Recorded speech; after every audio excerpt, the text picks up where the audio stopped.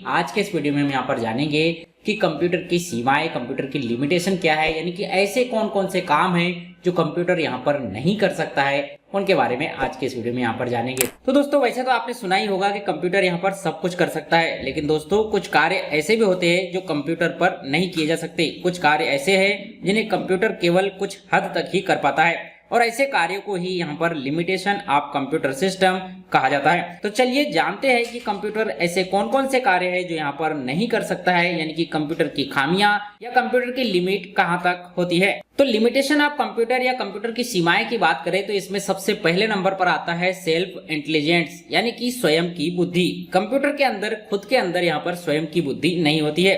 यह केवल उन दिए गए निर्देशों को ही कार्य कर सकता है जो यूजर द्वारा उसे दिए गए हैं। वह सही है या गलत है, इसका अनुमान यह खुद यहाँ पर नहीं लगाता है।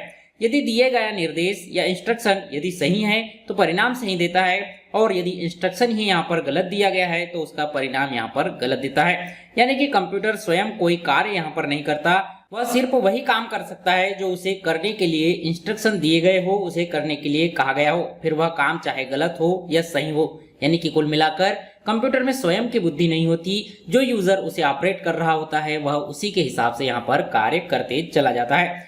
इसका जो नेक्स्ट काम है वो है लर्निंग पावर, यानी कि सीखने की शक्ति इसमें नहीं होती है।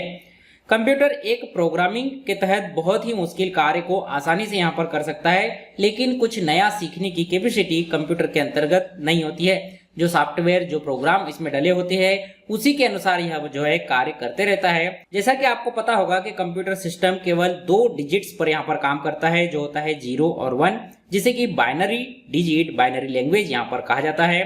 कंप्यूटर पर कार्य करने के लिए हमें प्रोग्रामिंग लैंग्वेज का नॉलेज होना जरूरी है, और यह प्रोग्रामिंग लैंग्वेज यूजर को यहाँ पर खुद सीखनी होती है, न कि कंप्यूटर यहाँ पर खुद इस प्रोग्रामिंग लैंग्वेज को सीख सकता है। और जिस भी प्रोग्रामिंग लैंग्वेज में यूजर काम करना चाहता है उस तरह के प्रोग्रामिंग लैंग्वेज में बने सॉफ्टवेयर का कंप्यूटर में होना यहाँ पर जरूरी होता है, तभी वह कंप्यूटर उस यूजर के हिसाब से यहाँ पर जो है आउटपुट दे पाता है, यूजर के हिसाब से काम कर पाता है, उसका सही प्रयोग यहाँ पर कर पाता है। कंप्यूटर की जो नेक्स्ट लिमिटेशन होती है वो होती है यहाँ पर डिसीजन पावर, यानी कि कंप्यूटर खुद यहाँ पर निर्णय नहीं ले सकता। यदि हमें किसी भी भविष्य से संबंधित जानकारी या उस पर किसी प्रकार की चर्चा से संबंधित जानकारी आपस में करनी हो तो हम मानव एक दूसरे से यहाँ पर कर सकते हैं, लेकिन यह एक मशीन है और इसके द्वारा इस तरह की चर्चा करना, किन्हीं संभावित आंकड़ों के तहत चर्चा करके एक ठोस निर्णय पर पहुंचना इस मशीन के लिए यहाँ पर जो है असंभव जैसा है। जैसे कि हम मनुष्य किसी भी चीज की कल्पना कर सकते हैं, उसमें सही गलत का फर्क कर सकते हैं, लेकिन कंप्यूटर यहाँ पर कल्पनाएं नहीं कर सकता, सपने नहीं देख सकता या आगे होने वाली चीजों को महसूस नहीं कर सकता। यह केवल उतनी ही विषय वस्तु पर कार्य कर सकता है जितनी कि उसके सिस्टम में यहाँ पर स्टोरेज की हुई होती है।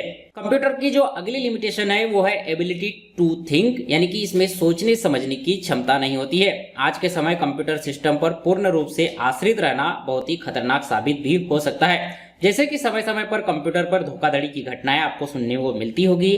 बैंक, व्यवसाय आदि में लूटपाट, हैकिंग के माध्यम से बहुत सी जानकारी व्यक्तियों को मिल जाती है, जिसे हम काफी परेशान यहाँ पर हो जाते हैं। यह भी लिमिटेशन ऑफ कंप्यूटर का ही एक भाग है। कंप्यूटर यह स्वयं निर्णय नहीं कर सकता कि किस व्यक्ति को कौन सी जानकारी यहाँ पर देनी है, कौन उन सूचनाओं का सही उपयोग यहाँ पर कर रहा है और कौन उन सूचनाओं का गलत उपयोग यहाँ पर कर सकता है। यह खुद कंप्यूटर डिसाइड नहीं कर पाता, यानी कि उसमें सोचने समझने की क्षमता नहीं होती है। कंप्यूटर की अगली लिमिटेशन है, इसमें कोई फीलिंग नहीं होती, कोई एहसास इसे जो है नहीं होता है। यह एक तरह की मशीन है।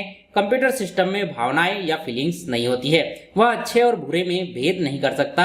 ठीक उसी प्रकार उसे यह भी पता नहीं चल पाता कि किस फाइल, किस डाटा को किस व्यक्ति को देना चाहिए या किस व्यक्ति को नहीं देना चाहिए। यानी कि कंप्यूटर भावनाओं को नहीं समझ सकता, यूजर के महत्वता को नहीं समझ सकता, क्योंकि वास्तव में वह स्वयं हमारे द्वारा बनाई गई एक मशीन है जो हमें कभी भी धोखा दे सकती है। वह उसे ही अपना मालिक समझता है जो उसे कंट्रोल कर रहा होता है या जो उसे ऑपरेट कर रहा होता या चला रहा होता है, उसे ही अपना मालिक समझकर पूरी डाटा, पूरी फाइल वह उसी को दे देता है।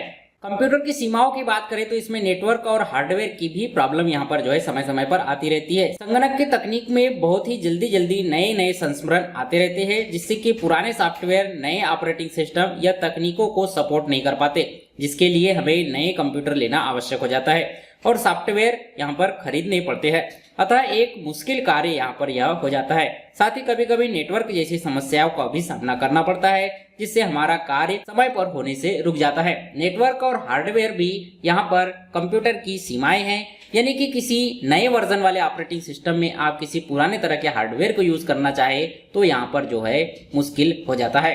कंप्यूटर की अगली लिमिटेशन है, यह एक विद्युत पर निर्भर होने वाला विद्युत यंत्र यहाँ पर है। डिपेंडिंग ऑन इलेक्ट्रिसिटी, विद्युत पर निर्भरता कंप्यूटर की यहाँ पर होती है। अब आपका सवाल हो सकता है कि कंप्यूटर तो बैटरी पर भी यहाँ पर चलता है, जैसे कि लैपटॉप्स, तो इसमें भी कहा जा सकता है कि किसी न किसी तरह से डीसी या एसी पावर से ही यहाँ पर जो है कंप्यूटर चलता है। जैसे कि कंप्यूटर की परिभाषा में ही कहा गया है कि कंप्यूटर एक इलेक्ट्रॉनिक डिवाइस है, इसी तरह से यह डिपेंड करता है विद्युत की निर्भरता पर। इसीलिए कंप्यूटर की लिमिटेशन में इसकी निर्भरता यानी कि इलेक्ट्रिसिटी भी यहाँ पर जो है बहुत कुछ डिपेंड करती है।